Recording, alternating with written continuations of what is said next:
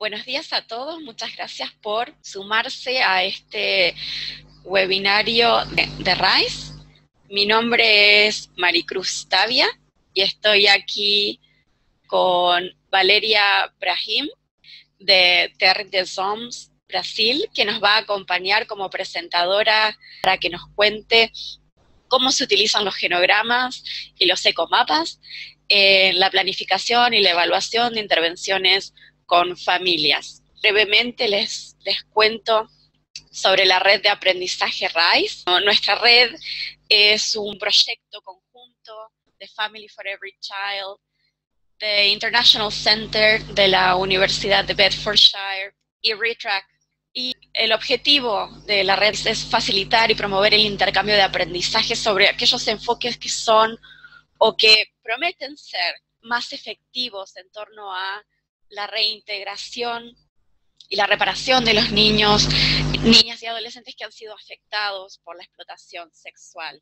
Tenemos el honor de contar con Valeria como presentadora principal. Valeria es experta en terapias sistémicas y en el enfrentamiento de la violencia contra los niños y adolescentes. Ella actualmente es no solo psicóloga, sino que además es gerente de programas sociales para Terre des Hommes. Valeria es experta de la Universidad de Sao Paulo y es autora de diversos artículos en el área de convivencia familiar y comunitaria de niños y adolescentes y ha tenido sus artículos publicados en publicaciones nacionales, así como internacionales, así que todo un lujo contar con Valeria hoy en este webinario. Y bueno, así que nada más, darle la bienvenida a todos los participantes que se acerquen a escucharnos en vivo, y ahora dar paso a Valeria para que ella continúe con la presentación. Bom dia, boa noite, né? Depender do horário que vocês estiverem em seus países ou acionarem a esse webinário. É um prazer estar aqui presente, né? Estar podendo compartilhar um pouco a experiência do genograma e mapa, né? Eu gostaria de agradecer, então, a RISE, gostaria de agradecer todo esse conjunto, né, de iniciativas de compartilhar conhecimentos pelo mundo, e eu gostaria agora de começar a falar um pouquinho do que seria, em que se encontra criança, adolescente e sua família. Podemos também utilizar essas duas ferramentas para o conhecimento maior da família ou da rede em que a família está inserida. Podemos utilizar para a evolução desse caso, para que a ação que a gente queira reverter de violação de direitos para aquela criança ou adolescente possa, né, acontecer no meio também dessas ferramentas. Então, uma ferramenta bastante ampla, e eu acredito que a primeira pergunta, né, é olhar com crianças e adolescentes, e por que, trabalhando com crianças e adolescentes, interessado em famílias, né? Por que trabalhar nesse fortalecimento das famílias, que foi, então, elaborado e promulgado em 1989, que é uma normativa internacional. Então, em país que você esteja, você tem ativa, a não ser a exceção, são dois países que não foram signatários da convenção, que é Estados Unidos e Somália, por suas seus diferentes motivos, mas eu gostaria de trazer, então, no preâmbulo, o porquê trabalhar com famílias quando trabalhamos com crianças e adolescentes. Primeiro, porque os especialistas, né, que escreveram a convenção estavam convencidos de que a família é a unidade fundamental da sociedade e o meio natural para o crescimento e bem-estar de todos os seus, em particular crianças. Então, se é o meio natural de desenvolvimento dessas crianças, ela também deve receber toda a assistência do Estado. Então, o Estado ele tem a obrigação não só de dispor e implementar medidas de proteção às crianças, mas também para promover de forma mais ampla o desenvolvimento e fortalecimento da família. Então, não adianta trabalhar famílias se nós não trabalharmos, não adianta trabalhar criança se nós não trabalharmos com as famílias. Então, essa é uma primeira premissa, né? Então, e que o Estado promova a família, né? E aí a segunda premissa é a gente pensar que família é essa, né? Como se pensa família no Brasil? Eu vou compartilhar um pouco do pensamento de família no Brasil. Usamos também um conceito, né, bem da ONU, que família é gente com quem se conta. E nesse sentido, mais de família, como pessoas que podem estar compartilhando, né, ou compartilhando o mesmo laços de afinidade, não necessariamente consanguíneo. O que importa não é o modelo de família, né? A gente sabe que existem diversos modelos de família. Temos famílias tradicionais, famílias monoparentais, temos famílias ativas, família com laços afetivos e solidariedade também. O que importa, na verdade, é saber se essa família cumpre a sua função de proteger e socializar suas crianças e adolescentes. E se cumpre, naquele momento, cabe a nossa pergunta, por que não cumpre? Há algo que o Estado falhou em apoiar as famílias? Há algo que possamos, enquanto trabalhadores sociais, fazer para que essas famílias possam cumprir o seu papel de apoiar suas crianças e adolescentes? Então, essa é uma questão. Quando a família, em algum momento, falha no seu cuidado a essa criança, né? Antes de se entender como essa família má, uma família que não deva mais ter essa criança sob seus cuidados, precisamos compreender o que acontece, e aí nós temos diversas medidas possíveis para trabalhar com essa família. A violação de direitos é uma violação de direitos que não coloque em risco a vida dessa criança. Então, é possível a gente cuidar da criança com ela dentro da própria família. Se for esse caso, a gente precisa, então, ter um acompanhamento especializado. Aqui no Brasil, nós temos acompanhamento especializados com psicólogos e agentes sociais, onde eles fazem um trabalho sistemático com a família para que a violação de direitos seja, então, sucumbida. Não é possível cuidar da criança, da família de origem, então vamos procurar alguém da família extensiva ou uma idade para que possa cuidar dessa criança enquanto a gente trabalha com a família de origem, e aí torne. Por isso dessas setas aí no slide. Não há família extensiva, não há ninguém que possa comunidade dessa família. Então nós precisamos, temos o modelo de família acolhedora, e após isso temos também o acolhimento institucional, todos esses modelos para trabalhar com o retorno à família de origem, no caso da adoção. Então, essas são as medidas possíveis, e aí então, para que a gente possa perceber qual é a melhor medida, a gente precisa monitorar o caso e avaliar. Por que monitorar? Para que monitorar? Primeiro, para entender a ação, caso a caso. O que acontece naquele caso? Segundo, para encontrar a melhor medida a ser tomada.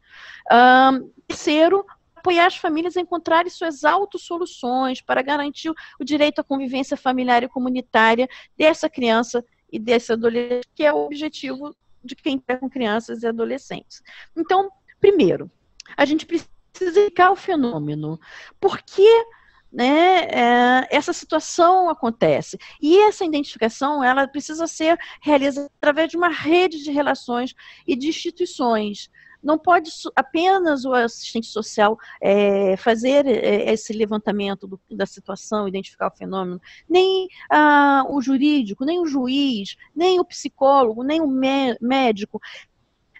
Essa avaliação ela precisa ser ampla e que todos os olhares possam realizados para que, então, se possa ter uma avaliação mais adequada. Então, segundo motivo para a gente possa, então, fazer esse monitoramento é interromper o ciclo da violência. Esse deve ser o nosso primeiro mandato. Cuidado para ao interromper esse ciclo da violência, nós não revitimizarmos novamente a criança. Muitas vezes, no afã de para a criança, a gente desprotege, retirando, por exemplo, a criança da sua família, sem necessidade de tendo laços. Então, proteger crianças e adolescentes já vitimados e vítimas em potencial é um direito, né, fundamental. Terceiro ponto, por que monitorar? Se monitora e avalia também para se traçar um plano de atendimento.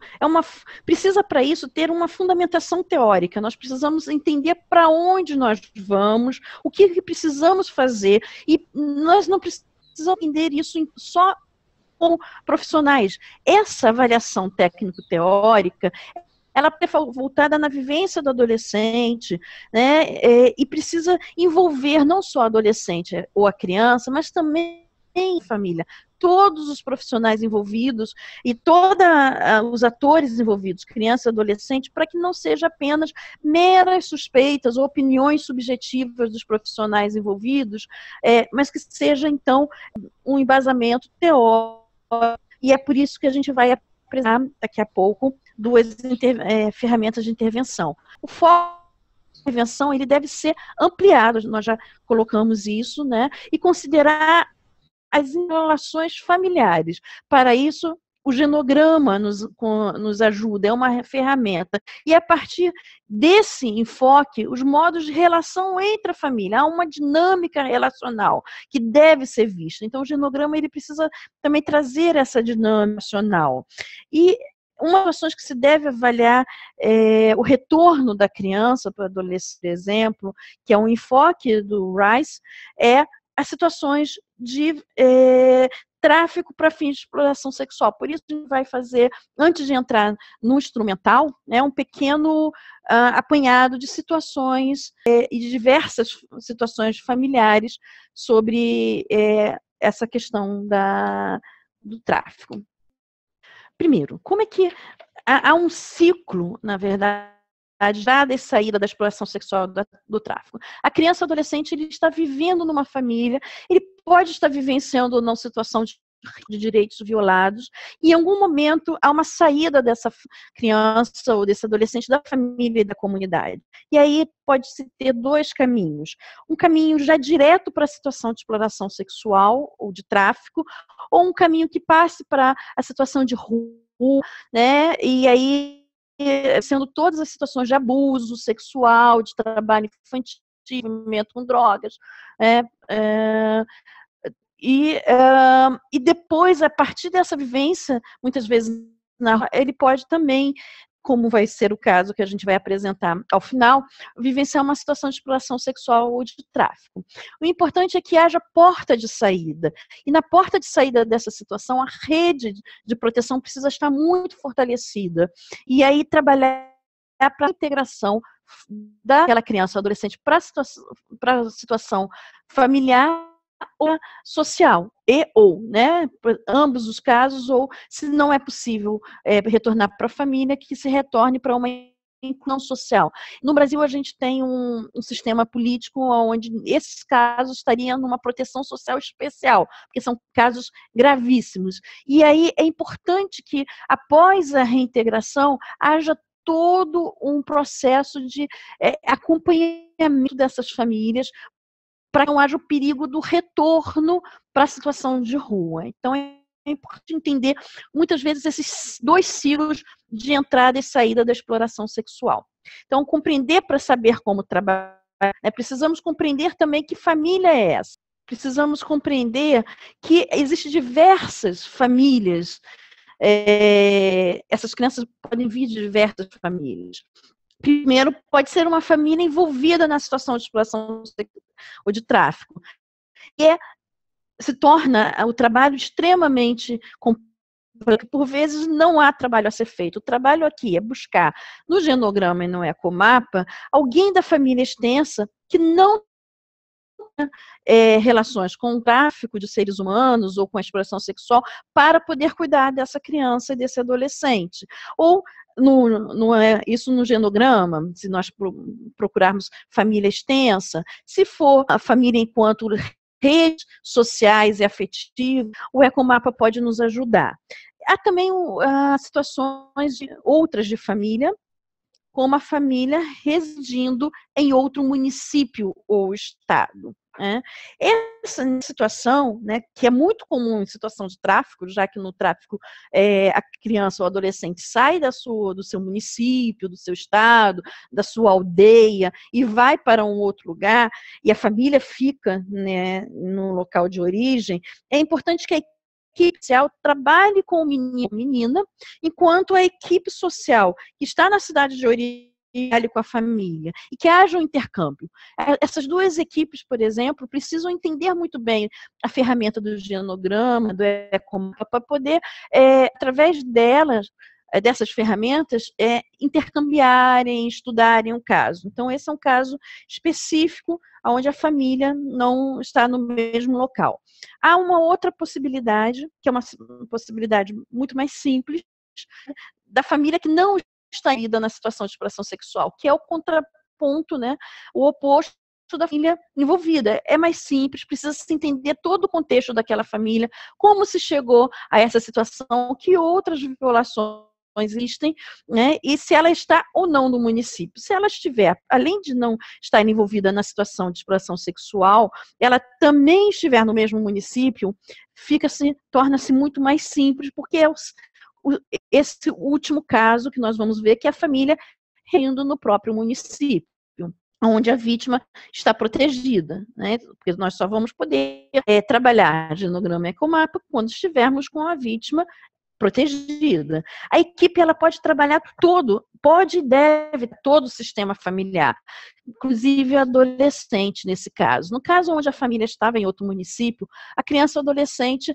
era trabalhada por uma equipe e a família por outro. E as equipes se conectavam e intercambiavam. Nesse caso, a equipe pode trabalhar junto, fazendo a avaliação e monitoramento do caso, como por exemplo, e aí nós temos para fazer uma avaliação de um caso, a gente precisa alguns focos em alguns alvos, né? Primeiro, a gente precisa entender que composição familiar e que contexto socioeconômico cultural essa família tem. O genograma nos ajuda nisso. O mapeamento dos vínculos significativos na família extensa. A gente vai tentar entender que vínculos dentro da família e na rede local, na ecologia onde se encontram é significativo e que vínculos pode acolher de volta essa criança ou esse adolescente.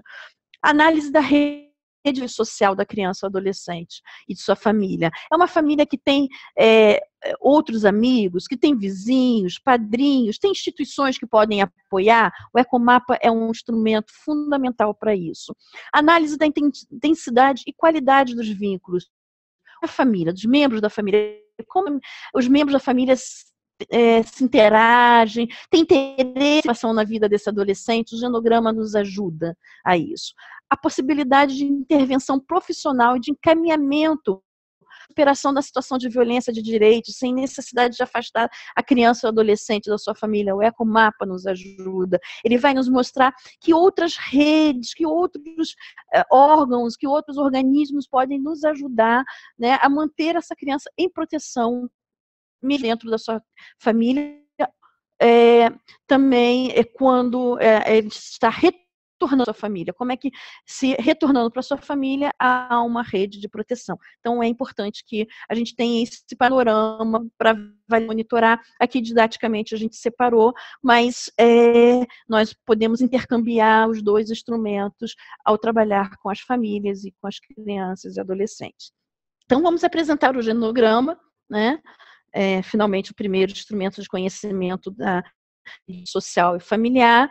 Ele precisa ser um instrumento feito com a família. Ele permite a visualização da organização dessa família, a sua história, as relações entre seus membros, de acordo com gerações, idade, sexo, quais são os padrões recorrentes dessa família. É uma foto da família, né? Como a gente precisa, e está vendo ali, né? É um desenho, um mapa. É interessante que a gente faça junto com a família, porque é um instrumento com a família e para a família. Muitas vezes é ali que a família vai se dar conta de muitas das suas situações. É um desenho, ele é universal, símbolos, e daqui a pouquinho a gente vai ver. Pode ser lúdico, nós podemos fazer com toda a família como um jogo, tendo esses símbolos em papel ou em madeira, para brincar junto com a família sobre a organização dela. Precisa ser trigeracional. A partir da criança e do adolescente que nós estamos atendendo, 3 gerações para cima. Como é universal, nós temos alguns símbolos. Por exemplo, o homem ele se representa no genograma como um quadro, né, um quadrado. Esse é o genograma também pode ser chamado de genetograma, e é semelhante à árvore genealógica que estudamos em biologia. Então, esse é o homem, um quadrado. A mulher é representada como um círculo. Temos aqui círculos duplos, quando é mulher, que nós estamos trabalhando, por exemplo, uma criança do sexo feminino que está em situação, um adolescente que está em situação de exploração sexual. No genograma, ele vai ser identificado dessa forma. Se for um menino, vai ser um quadrado duplo. Nós chamamos e dizemos que é quem traz a família para o atendimento. Então, ele é um indivíduo em foco. As idades são colocadas dentro do quadrado e esse X se refere à morte, né? Então, é um homem que morreu. Logo abaixo. Aqui nós temos uma relação estável entre um homem e uma mulher, né, que tem um filho biológico. Aqui nós temos uma relação não estável entre um homem e uma mulher que deu um filho. Nesse caso aqui, né, nós temos aqui uma adoção, né, ou uma criança colocada em situação de acolhimento provisório. Na verdade, esse símbolo aqui deveria ser tal como o símbolo do quadro aqui abaixo, linha cheia, para dizer que é um filho do casal, é um filho biológico do casal, tá? Depois eu creio que nós podemos consertar esse símbolo, essa simbologia. Aqui, ela é pontilhada, é um casal que não vive junto, mas o filho é linha cheia. Bem, aqui nós temos o símbolo de um casal separado. Aqui nós temos o símbolo de um casal que se separou, a mulher contraiu um novo casamento. Esse é um símbolo onde que diz que o casal se separou em algum momento da vida e voltaram a viver juntos. Aqui nós temos, então, o símbolo de um casal com seus filhos, né? Se nós estivermos aqui no meio, né, onde eu estou apresentando, o primeiro símbolo é uma criança ou adolescente acolhida provisoriamente naquela família, que é o caso que a gente chama aqui de famílias ou internacionalmente de foster care, né? Casos em que crianças sofrem violação de direitos em suas casas e precisam então ser acolhidas provisoriamente em outra casa até que sua família possa se reorganizar de volta. O segundo caso são filhos biológicos, né, um menino e uma menina. Segundo, nós temos filhos adotivos, é o símbolo de linha cheia e outros pontilhados, e aqui tem os símbolos, por último, de aborto. Primeiro, um aborto natural, tal como X é uma morte, né, ou aqui também é aborto natural. O segundo é um aborto provocado. Então, esses são os símbolos básicos do holograma. Nós temos aqui ainda, né, um casal com a primeira gravidez, com gêmeos, né, não idênticos, né, um menino e uma menina. Os gêmeos idênticos, nós temos, então, são 2 meninas, entre elas uma linha de ligação, uma gravidez, significa dizer que esse casal está grávido nesse momento. Então, esses são os símbolos para filhos. Aqui nós temos, então, também uma forma de definir se aquele membro da família abusa de álcool, drogas, que seria, nesse quadrado verde, é um homem dependente de álcool ou outras drogas.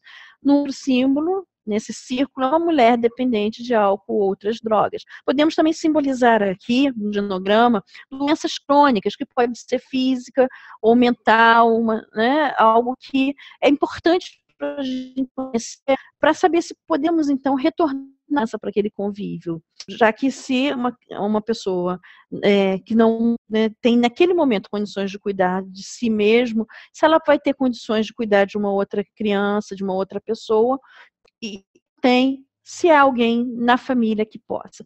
Aqui nós temos a doença crônica de um homem, né, onde a gente tem aqui um quadrado e o símbolo verticalmente pintado, e aqui um círculo, uma mulher com símbolo verticalmente pintado também. No caso das drogas, e se tem doença crônica, é muito comum para usuários de drogas por muito tempo desenvolver uma psicose, uma esquizofrenia. Nós temos, então, os dois símbolos reunidos numa pessoa só, né? Então, nós temos aqui um quarto da pessoa para trabalharmos, para revertermos junto com ela essa situação. Então, vamos mostrar agora um modelo de um genograma, como ele é construído, né? Nós temos aqui 4 crianças, Josinéia, Joselane, Vanessa e o Anderson, filhos do Jorge e da Valdinéia. A Valdinéia faleceu, a gente começa a trabalhar com essa família, porque essas crianças estavam em instituições de acolhimento. Jorge é o filho do primeiro casamento de Lourdes com o seu José, né?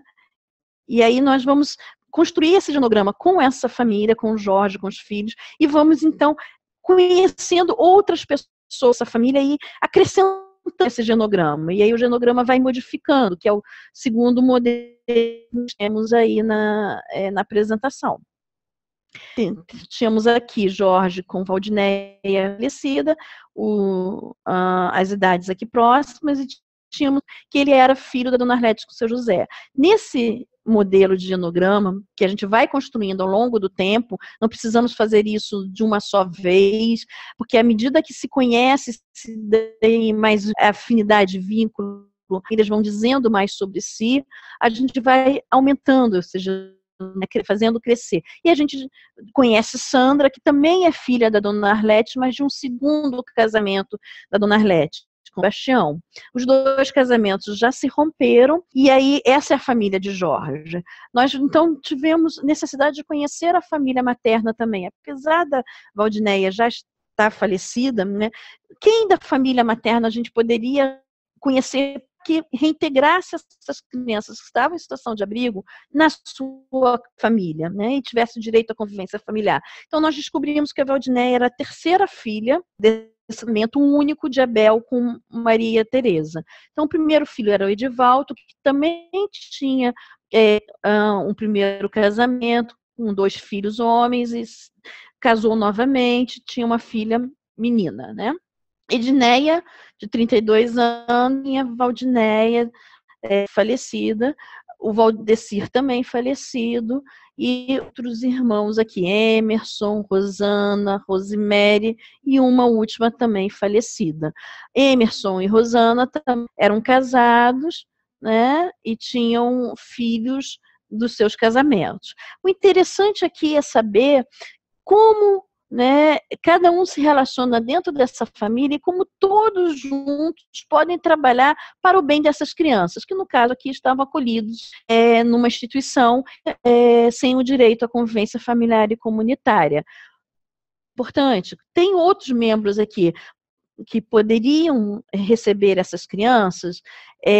Emerson poderia acolher essas crianças junto com sua esposa? Isso era uma pergunta que a gente precisava saber. E aí a gente precisava entender qual era o nível de relação dessas pessoas. E aí a gente pode construir, junto com essas pessoas, as linhas de relacionamento, né?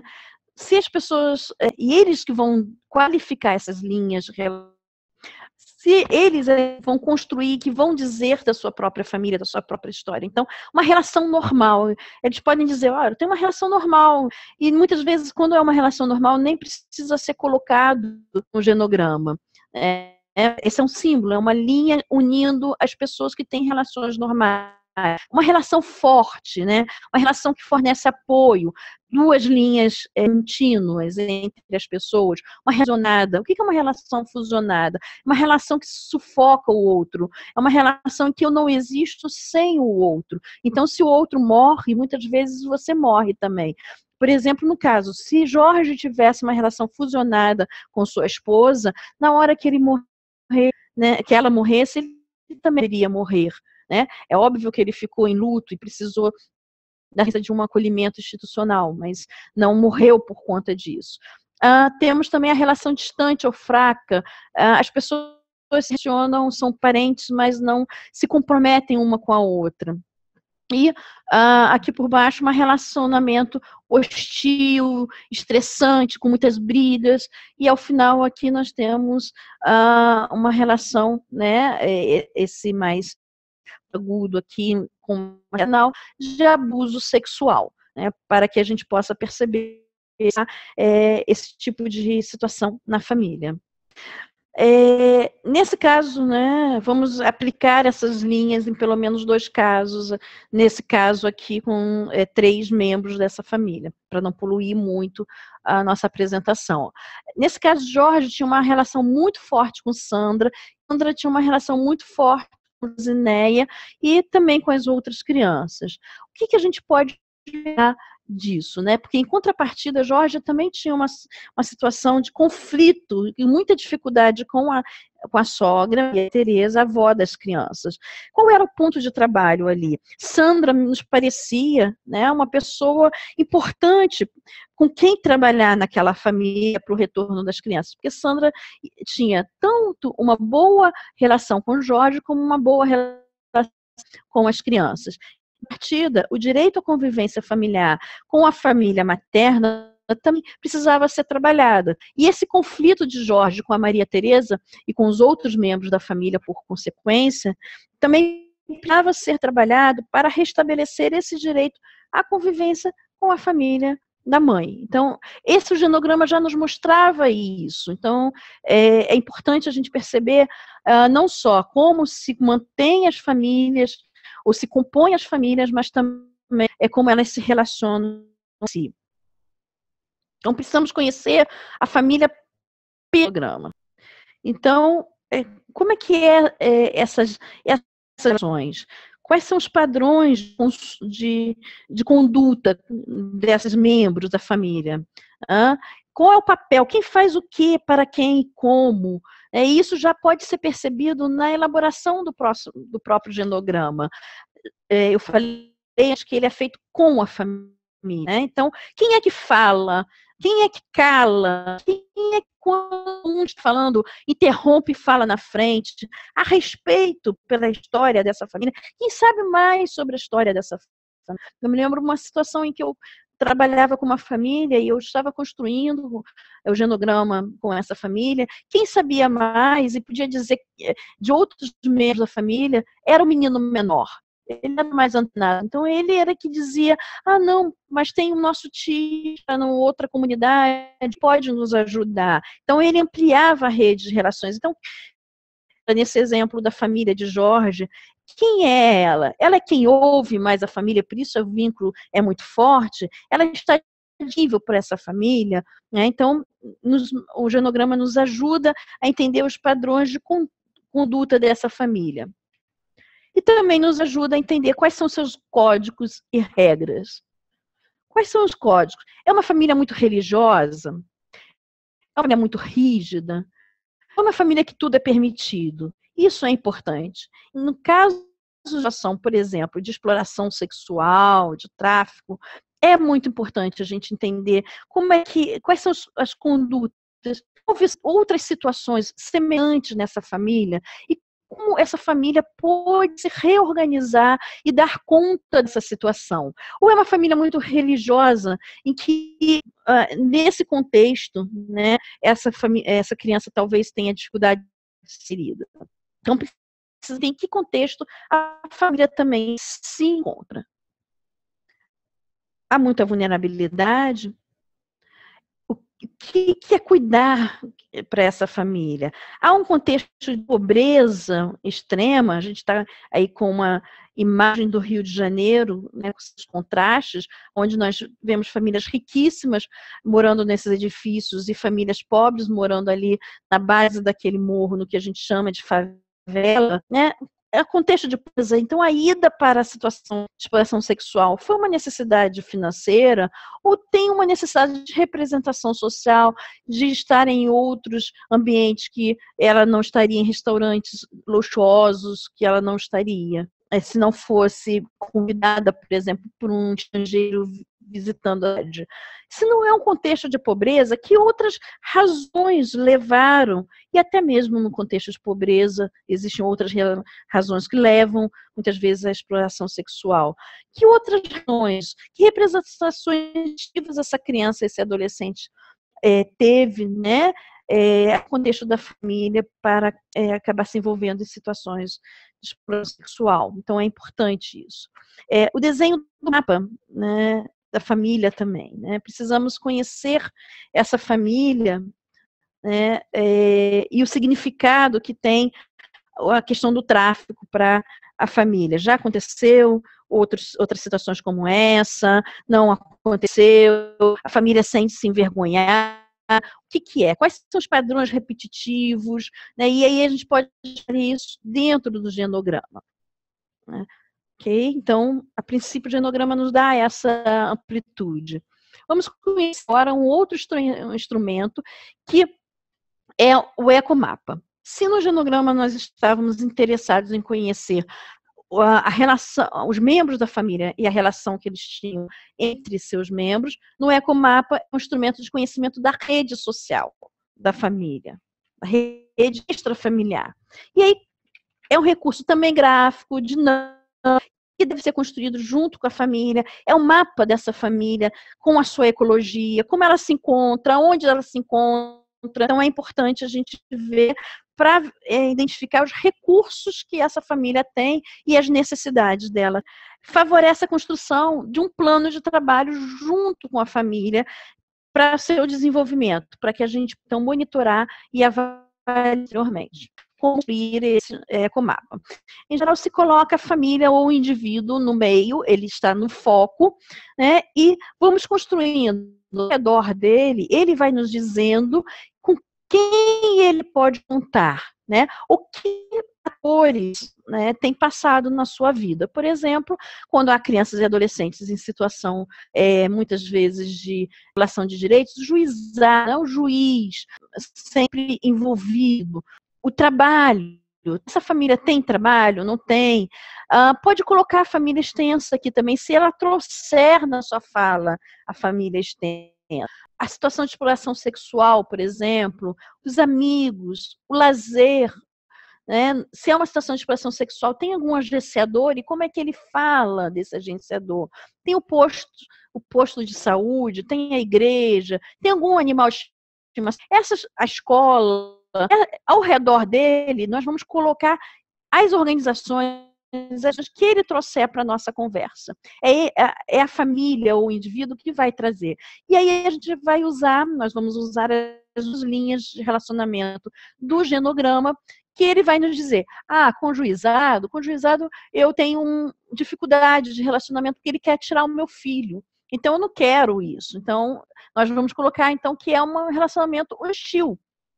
No trabalho, né, ele é uma família que tem dificuldade de ser mercado de trabalho. Então, é uma linha pontilhada, porque a relação é fraca. Com a família extensa é também conflituosa.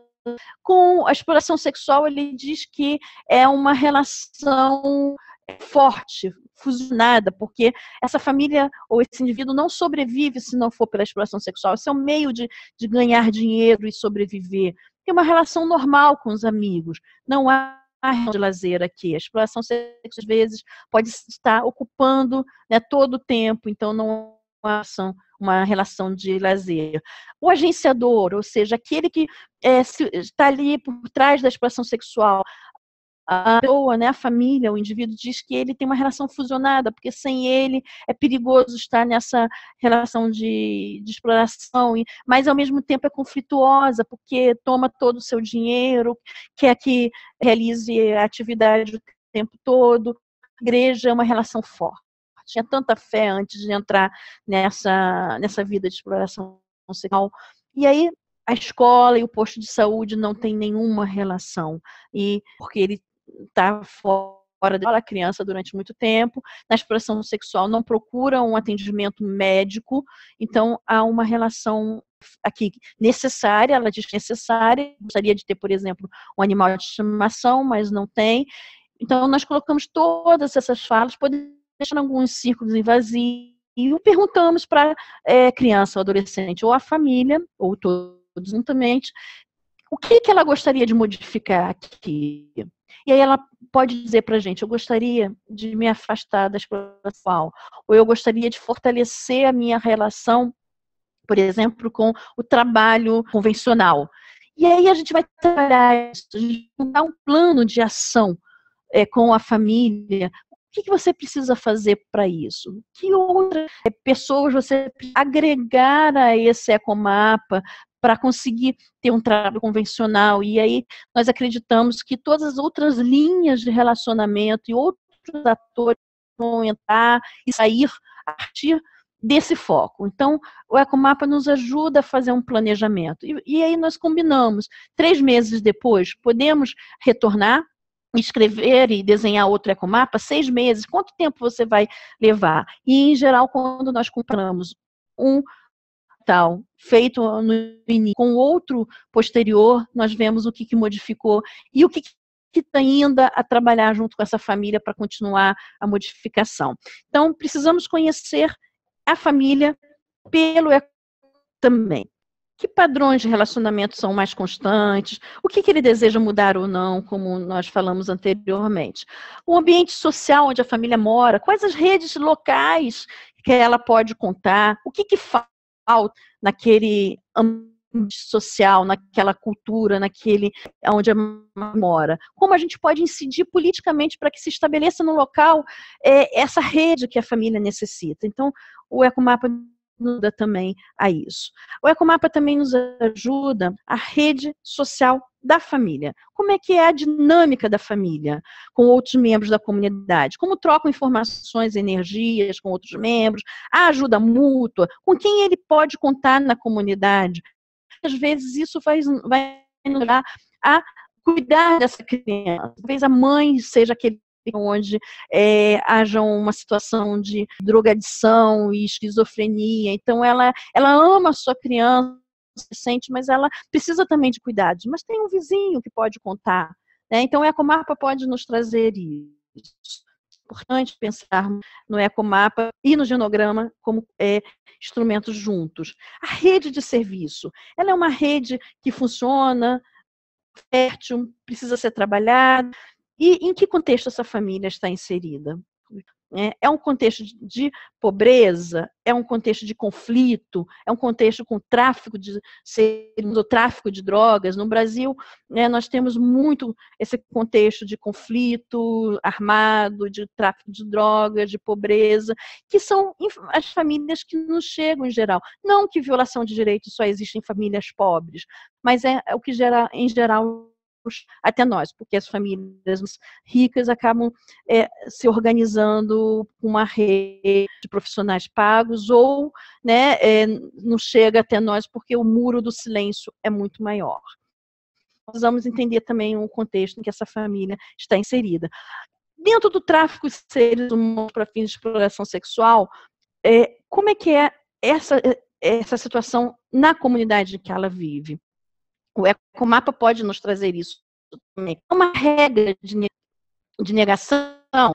É uma família que vive numa comunidade extremamente religiosa, a igreja teria uma forte relação com a família, e aí a igreja e os próprios valores religiosos não aceitaria uma criança ou um adolescente vindo do tráfico, vindo da exploração sexual, ou ao contrário, aceitaria para contribuir, para que os valores pudessem modificar na vida dessa criança. Então, isso é bastante importante. Nessa comunidade é uma prática comum, e isso é banalizado, analisado, a violação sexual, a violência sexual. É uma comunidade aliciadora, é uma comunidade onde existe traficante de seres humanos ou exploração sexual. Então, nesse caso, por exemplo, não é indicado o retorno da criança para aquela comunidade.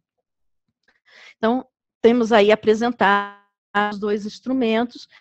Gostaria de rapidamente estudar um caso com vocês, que é o caso de K, uma menina, uma adolescente de 16 anos, que é a filha mais velha do primeiro casamento de M, que tem mais um menino e uma menina dessa relação. A partir desse caso, a gente vai mostrar como construir o genograma dele. A mãe se casou novamente quando ela tinha 10 anos de idade e teve outros 3 filhos, 2 meninas e um menino.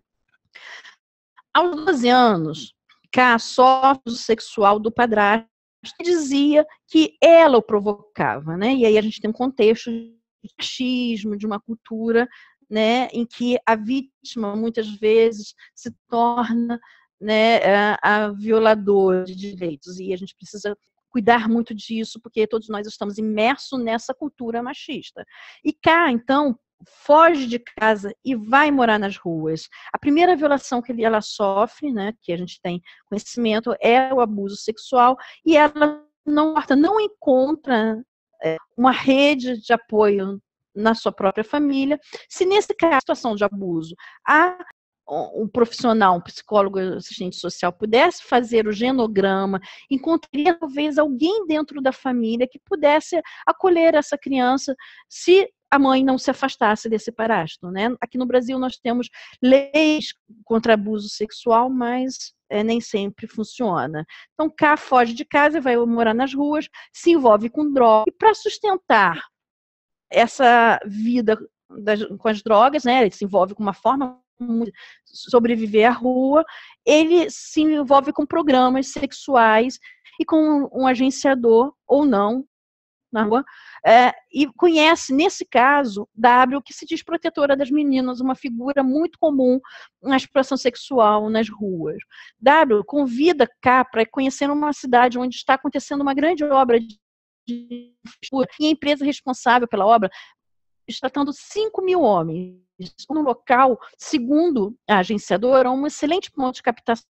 Então, para o negócio dela, é excelente. Então, W, né, vai a esse lugar. W faz parte de uma rede de tráfico de seres humanos. Então, a menina, ela é levada para essa cidade por um caminhoneiro. E que esse caminhoneiro também é outro membro da rede de tráfico de seres humanos. Ela está retirando de um lugar para o outro. E mesmo passando por vários postos policiais, a situação não é identificada. E K acaba em cárcere privado, num bordel, cegado a fazer programa com vários homens no mesmo dia. Isso denota uma fragilidade na nossa rede de proteção. Ela passa por rodovias e não é identificada a situação.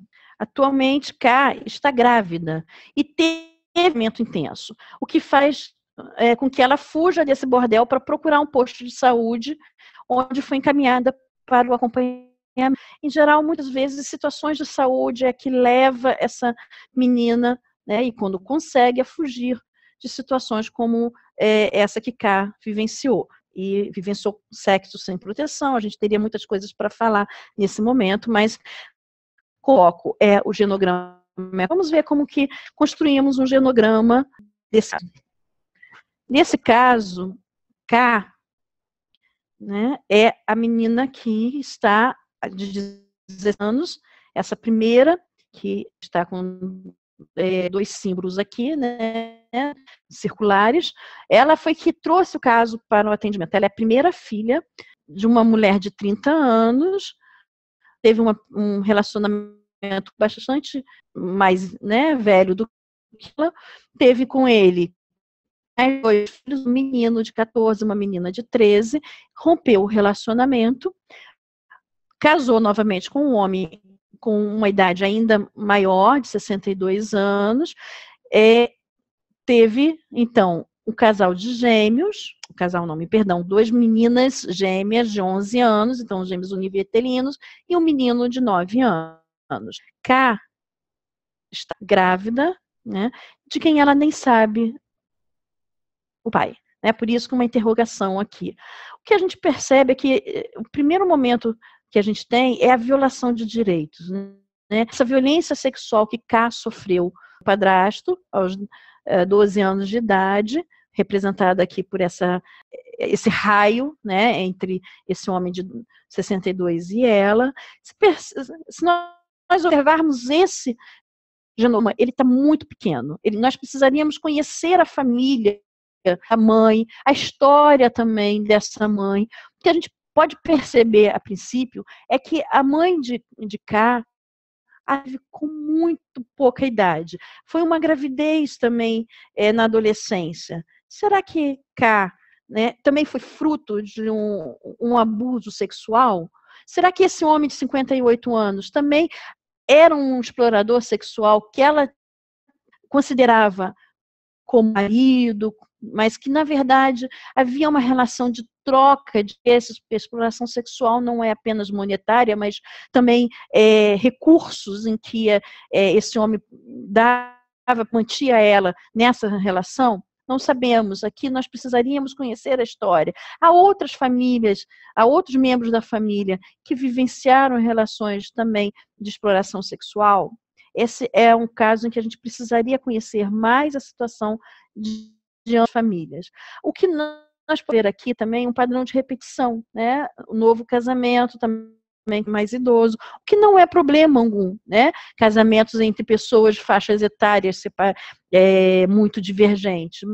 Mas a gente precisaria conhecer por que se repete isso na vida dela, se é apenas uma preferência ou se é uma necessidade psicológica, social. Então, aqui nós temos o genograma que precisaríamos nos aprofundar muito para conhecermos. E o que nós podemos entender mais é sobre o ecomapa. O caso nos traz mais recursos sobre ecomapa, já que no caso de K ainda não há um contato com essa família de origem para que a gente possa preencher maior lacunas do genograma. O que a gente pode perceber na história de K é que ela sai da sua casa, vai para a rua, e a rua se torna um lugar muito forte para ela, porque é de lá que ela tira o sustento ou a proteção que ela talvez não tenha considerado em casa pela situação de violência sexual, então talvez ela se sinta muito mais protegida na rua. Claro que vimos que não, porque ela sofreu outras violações de direito, mas cá nos diz que a rua é uma relação forte para ela, porque é de lá que ela tira o sustento. E aí, dentro da rua, ela também diz que foi por lá que ela começa a usar drogas, e que a droga é muito importante, porque a ajuda a se manter na rua, no frio, com fome, né, ou sem alimento, mas sem fome. Então, a droga também aqui é uma relação muito forte. E, a partir da droga, a exploração sexual, que ela considerou tem uma relação forte, porque ela é na rua e agora na exploração sexual que ela se mantém, mas também muito conflituosa, porque ela se diz não aguentar, né, fazer sexo com vários homens ao mesmo tempo, e que isso é um problema para ela. A relação com a agenciadora, ela disse que foi uma relação fusionada, muito forte, porque ela, se é W na rua, ela pode vir a morrer, ela pode vir a não ter. Então, é uma situação de relação muito forte. Os clientes e o caminhoneiro, cá nos disse que era uma situação, né, ela estava ali para oferecer sexo e eles estavam para comprar sexo. E o caminhoneiro era quem tinha levado ela para a cidade. No bordel, uma relação muito conflituosa, porque eles retiram quase todo o dinheiro que ela consegue e ela ainda tem dívidas com né, o proprietário do bordel, então é muito conflituoso.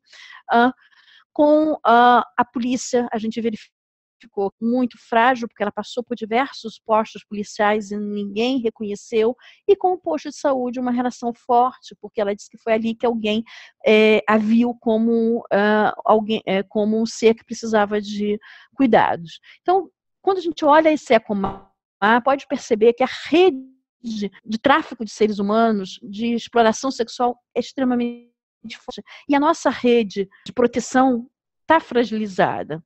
E ela precisa agora com outros recursos. Com quem ela pode contar? E a gente poderia aqui, então, junto com o Cá, desenhar outros círculos como esse, que ainda não vão ter relacionamentos, mas que pode ser círculos em que ela vai construindo. Então, com esse EcoMapa, que é o primeiro EcoMapa, que outros atores, que outros indivíduos, que outras instituições precisam ter? Ela queria então, fortalecer o atendimento com um psicólogo, um assistente social. Então, vamos colocar o psicólogo, assistente social nesse EcoMapa para trabalhar como ela vai chegar até eles. E aí, a partir disso, marcar ou encontros com Cá, para que ela se dizer se modificou, se rompeu a relação com o bordel, se ela nunca mais retornou mesmo para o bordel, se ela está buscando um emprego, o que ela tem, né, que muda essa fotografia do momento. Esse é o momento em que Cá chega até nós. O importante é construir dessa fotografia uma fotografia futura, aonde ela quer chegar, e aí no futuro ver o que ela de fato alcançou. Então, esse é um instrumento extremamente importante para avaliar, para verificar as condições dessa criança, desse adolescente e de sua família. Então, eu espero, né, eu quero agradecer muitíssimo, espero que nesse espaço de tempo a gente possa ter passado um pouco do que é genograma, EcoMapa.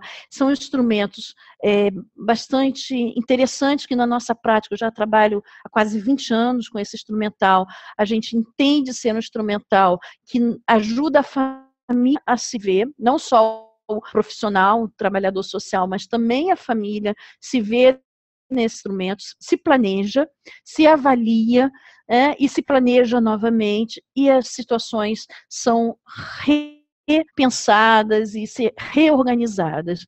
Eu fico à disposição para qualquer pergunta, para qualquer questionamento, deixo o meu e-mail para que quem precisar entender melhor, em oficinas presenciais, a gente constrói junto o próprio genograma e EcoMapa, então eu vou me deixar aqui disponível para qualquer necessidade que vocês tenham. Eu agradeço, então, esses momentos e esses minutos. Um abraço a todos.